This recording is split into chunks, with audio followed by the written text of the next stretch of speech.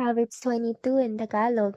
Ang mabuting pangalan ay maiging piliin kaysa malaking kayamanan at ang magandang kalooban kaysa pilak at ginto. Ang mayaman at ang duka ay nagkakasalubong kapwa. Ang Panginoon ang may lalang sa kanilang lahat. Ang mabait na tao ay nakakakita ng kasamaan at nagkukubli, ngunit dinadaan ng musmus at nagtitiis. Ang kagantihan sa kapakumbabaan at ang pagkatakot sa Panginoon ay kayamanan at karangalan at buhay.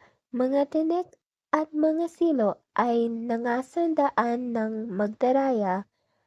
Ang nag-iingat ng kanyang kaluluwa ay lalayo sa mga iyon. Turuan mo ang bata sa daan na dapat niyang lakaran at pagka tumanda man siya ay hindi niya hihiwalayan.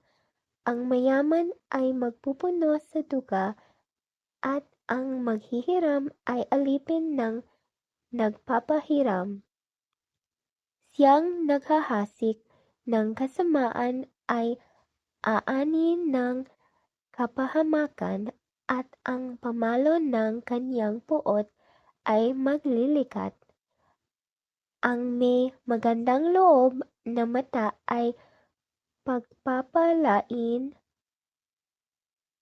sapagkat nagbibigay ng kanyang tinapay sa duka. Itaboy mo ang manglilibak at ang pagtatalo ay maalis. Oo, ang pagkakaalit at pagduwahagi ay matitigil. Siyang umiibig ng kalinisan ng puso dahil sa biyaya ng kanyang mga labi ay magiging kanyang kaibigan ang hari. Ang mga mata ng Panginoon ay nag-iingat sa maalam, ngunit kanyang ibinabagsak ang mga salita ng taksil.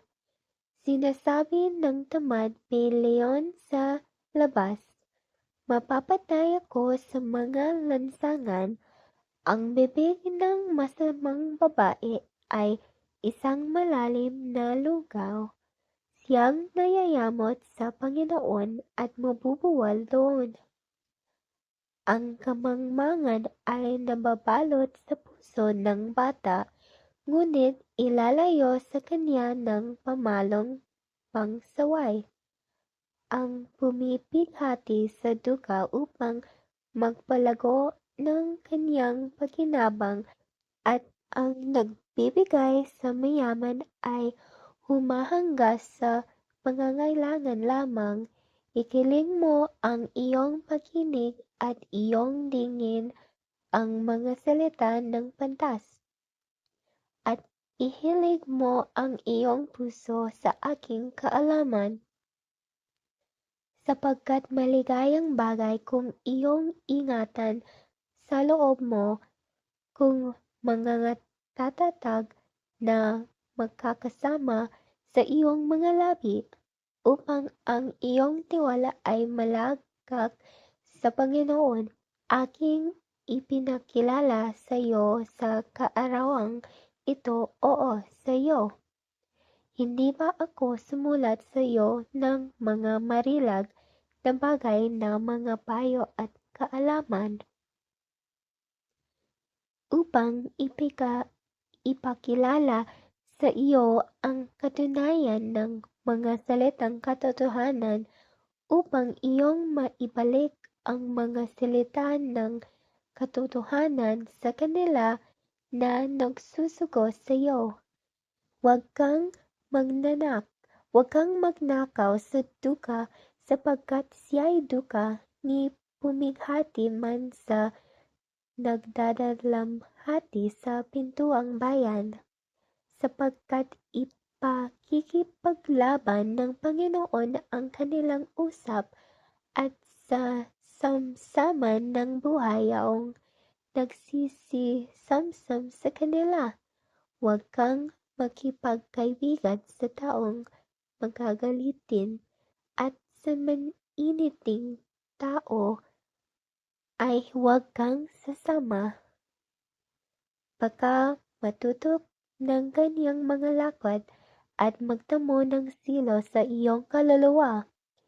Huwag kang maging isa sa kanila na nakikikamay o sa kanila na mga nanagot sa mga utang. Kung wala kang ikabayad, bakit kanyang kukunin sa iyo ang iyong higaan? Huwag mong baguhin ang dati mohon ng lupa na inilagay ng inyong mga magulang.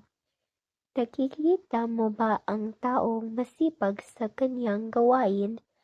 Siya'y tatayo sa harap ng mga hari, hindi siya tatayo sa harap ng mga taong hamak.